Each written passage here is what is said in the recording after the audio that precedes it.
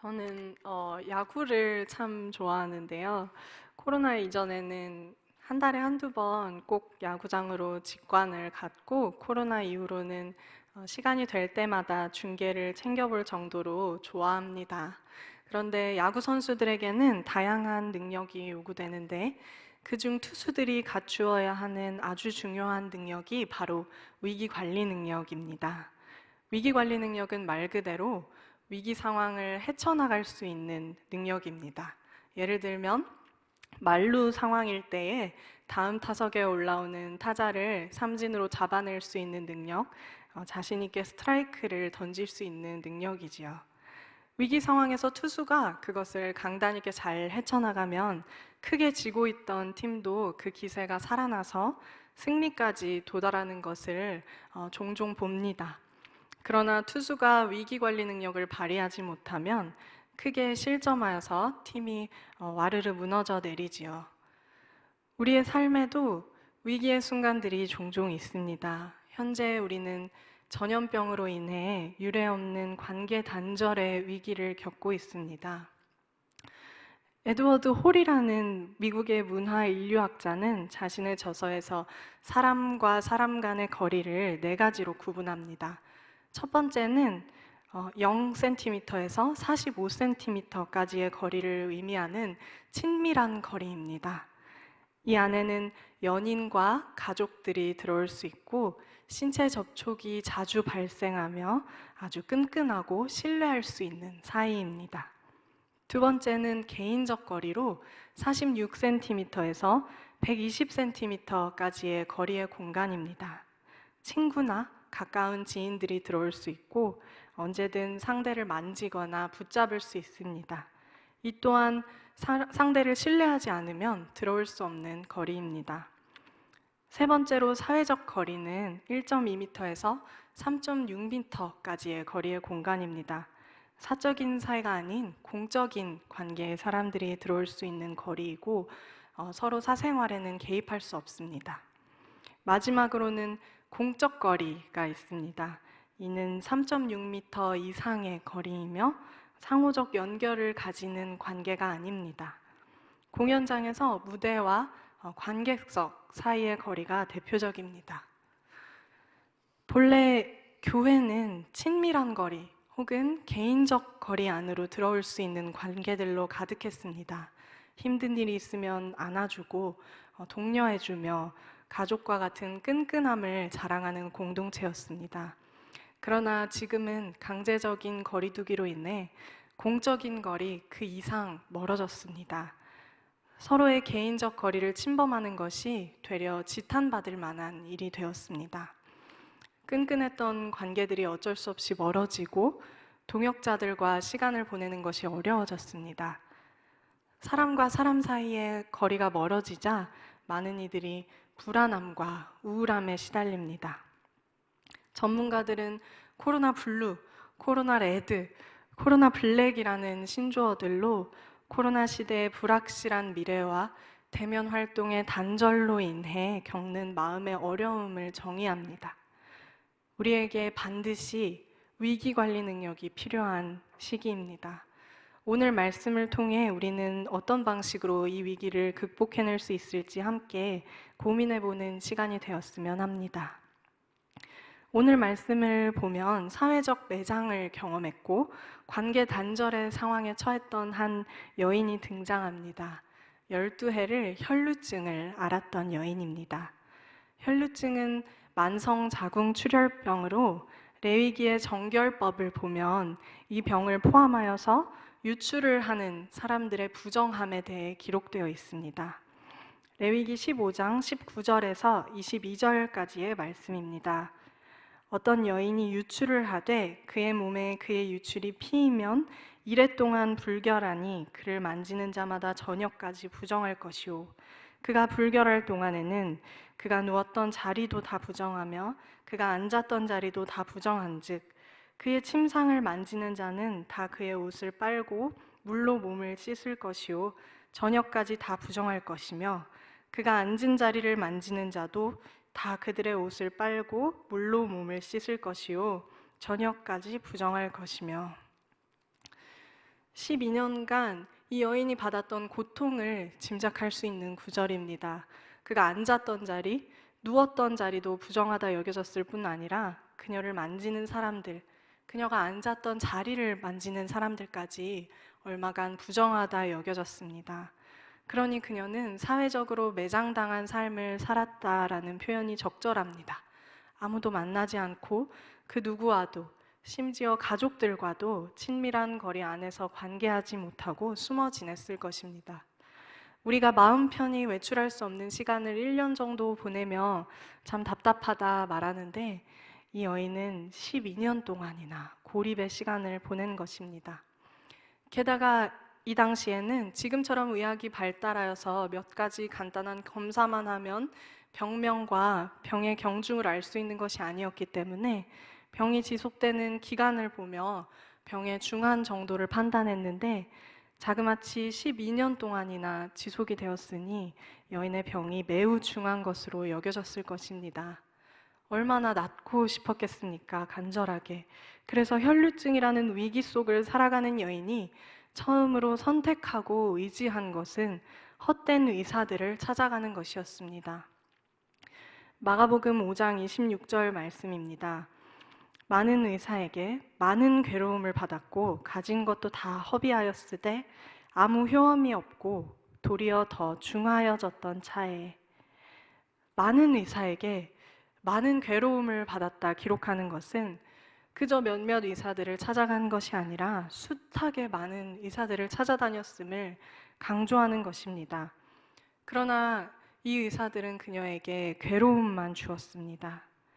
괴로움을 받았다라고 기록되어 있는 원어 파투사는 이루 말할 수 없는 일들을 겪었다는 의미를 가지고 있습니다. 고대 근동사회는 검증되지 않는 치료법들이 성행했던 사회입니다. 아마도 그녀가 찾아간 의사들은 잘못된 치료법으로 그녀에게 여러 가지 이루 말할 수 없는 고통을 주었던 것으로 보입니다. 헛된 의사들에게 한 줄기 희망을 품은 그녀는 자신이 가진 것을 다 허비합니다. 그러나 아무런 효험이 없었고 도리어 병의 정도가 더 심각해졌습니다. 그렇다면 오늘날 코로나를 마주하는 우리들의 모습은 어떠합니까? 우리는 코로나라는 위기 상황 속에서 무엇을 통해 위안을 얻으려 하고 무엇을 신뢰하고 있나요? 인하대 소비학과 이은희 교수는 코로나 이후 비합리적인 보복 소비가 성행했다고 말했습니다. 코로나가 진정될 기미가 보이다가 다시 심해지니 그 우울한 마음에 대한 보상 심리로 소비가 폭발한다는 것입니다. 실제로 올해 5월 온라인 쇼핑 거래액은 16조 원을 돌파했다고 합니다. 또 4월 달에 명품 매출은 전월 대비 57.5%나 증가했습니다. 이뿐 아니라 한국도박문제관리센터 자료에 의하면 주식 문제로 상담한 인원이 2019년도 대비 2020년도에 약 71%나 증가했다고 합니다. 이렇게 된 데에는 집단 불안 심리가 작용한 것이라 보도되고 있습니다.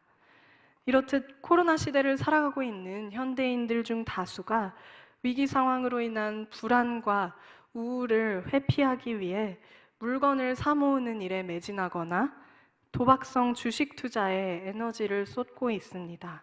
하지만 이것들은 모두 혈루증 여인이 쫓았던 헛된 의사들입니다. 성도 여러분, 우리는 어떠한가요? 코로나19가 장기화되고 있는 상황 속 연일 확진자 수는 증가하고 위기감이 지속되는 상황 속에서 우리는 무엇을 의지하고 있나요? 혹시 우리도 세상 사람들이 쫓고 의지하는 것들을 그대로 따라가고 있지는 않나요? 그렇다면 그리스도인은 코로나의 위기 속에서 무엇을 바라보고 의지해야 할까요? 오늘 본문을 통해 하나님께서는 삶의 위기 속에서 그리스도인들이 무엇을 신뢰해야 하는지 말씀하고 계십니다. 마가복음 5장 27절을 보겠습니다. 예수의 소문을 듣고 무리 가운데 끼어 뒤로 와서 그의 옷에 손을 대니, 여러 의원들을 찾아갔으나 병에 차도가 없었던 혈루증 여인은 예수님에 대한 소문을 듣게 됩니다. 헛된 것에 희망을 걸며 실망하기를 반복하면서 재산마저 모두 탕진한 그녀의 마음은 아주 지쳐 있었을 것입니다. 그런데 수많은 병자들, 정말 위중한 병을 앓았던 자들도 모두 고치셨다는 예수님의 이야기는 마지막 희망의 소리로 들렸을 것입니다. 그래서 그녀는 내가 예수님의 옷자락에 손을 대어야겠다라고 결단합니다. 이 결단이 중요한 이유는 혈루증 걸린 여인이 많은 사람들과의 접촉이 발생할 수 있는 곳으로 나오는 것은 금지된 행동이었고, 또 그때 당시 다른 남자의 옷을 만지는 것은 더더욱 금기시되는 행동으로 목숨을 걸고 결단해야 하는 일이었기 때문입니다. 위험한 상황에 놓일 수 있다는 것을 알면서도 그녀는 12년간의 고통으로부터 해방되고자 하는 간절한 마음, 또 예수님이라면 나의 병을 고쳐주실 수 있을 것이라는 믿음으로 결단하고 나아갑니다. 마가복음 5장 28절 말씀을 보면 이는 내가 그의 옷에만 손을 대어도 구원을 받으리라 생각함일러라 라고 기록되어 있습니다. 생각함일러라의 원어 엘레게는 사실은 반복해서 이야기했다는 뜻을 담고 있습니다. 내가 그의 옷에만 손을 대어도 구원을 받을 거야. 내가 그의 옷에만 손을 대어도 구원을 받을 거야 라고 그녀는 반복해서 읊조린 것입니다. 이것은 자신을 세뇌시키려고 한 말이 아니고 믿음을 표현한 것입니다. 결국 예수님의 옷자락을 만진 여인은 그 즉시 치유되었습니다. 그의 혈루 근원이 곧 말랐다고 되어 있습니다. 혈루증의 원인이 무엇이었는지는 모르지만 그것이 예수님의 옷자락을 만진 즉시 제거되는 놀라운 일이 일어났습니다. 여인이 예수님을 만질 당시 수많은 사람들이 예수님을 둘러싸고 있었는데 주님께서는 이 여인의 행위를 인지하십니다. 그리고는 누가 자신의 옷에 손을 대었는지 물으시죠. 여인을 곤혹스럽게 하고자 질문하신 것이 아니고 그녀의 이야기를 공개적으로 많은 사람들에게 들려주고 싶으셨기 때문입니다. 그러자 여인은 두려워 떨며 자신이 경험한 것을 많은 사람들 앞에서 이야기합니다. 이야기를 마친 여인에게 예수님께서 대답하십니다. 마가복음 5장 34절입니다. 예수께서 이르시되 딸아 내 믿음이 너를 구원하였으니 평안히 가라. 내 병에서 놓여 건강할지어다. 어떤 상징적 의미의 딸이라는 호칭을 사용하신 것이 아니고 실제적 부녀 관계를 이야기하는 것입니다. 예수님께서 이 여인을 향해 가지신 사랑하는 마음이 느껴집니다. 그리고 그녀에게 평안히 가라고 하십니다. 이 평안 에이레네는 우리가 일반적으로 생각하는 어떤 걱정할 만한 일이 없는 상황을 이야기하는 것이 아니고 하나님과의 올바른 관계로 말미암아 주어지는 심령의 만족입니다. 그녀는 병의 치유뿐 아니라 참된 평안을 얻고 돌아갔습니다. 21세기 교회연구소에서 최근 기독 청년들의 신앙생활에 관한 설문을 진행했습니다.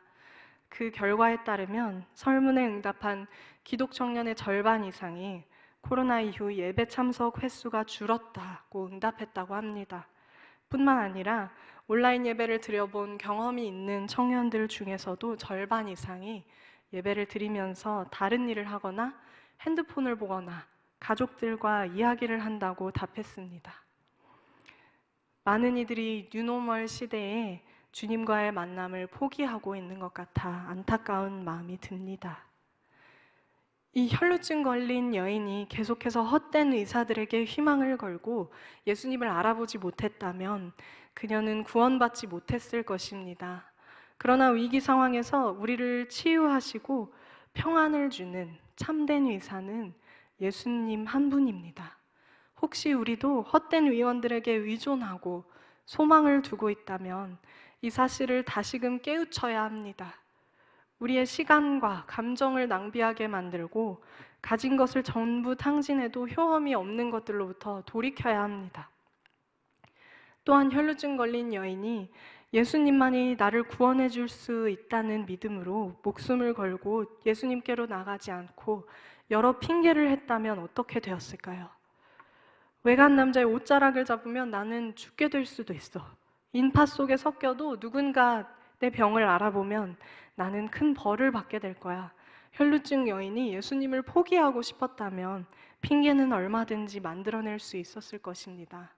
그러나 그녀는 믿음으로 결단하고 나아갑니다. 반복되는 상황이 우리를 지치게 하지만 우리가 전과 같은 방식으로 예배할 수 없고 분명한 제약들이 있지만 주님과의 교제의 끈을 지속하려는 간절한 마음, 그 결단이 우리 가운데에도 있어야 합니다. 작년 3월 초에 처음으로 비대면 예배를 드리던 날이 아직도 생생합니다. 주일 아침 당시 제가 사역하고 있던 교회에 평소와 다름없이 도착하였는데 평상시 그렇게나 북적이던 예배당 또 교회 주변의 거리가 텅텅 비어 있는 것을 보며 씁쓸한 마음을 느꼈던 것이 생각납니다. 또 목회를 하시는 저희 아버지께서도 텅 빈 예배당을 보며 눈물을 참지 못하시는 모습을 라이브 영상을 통해 시청했던 기억도 납니다.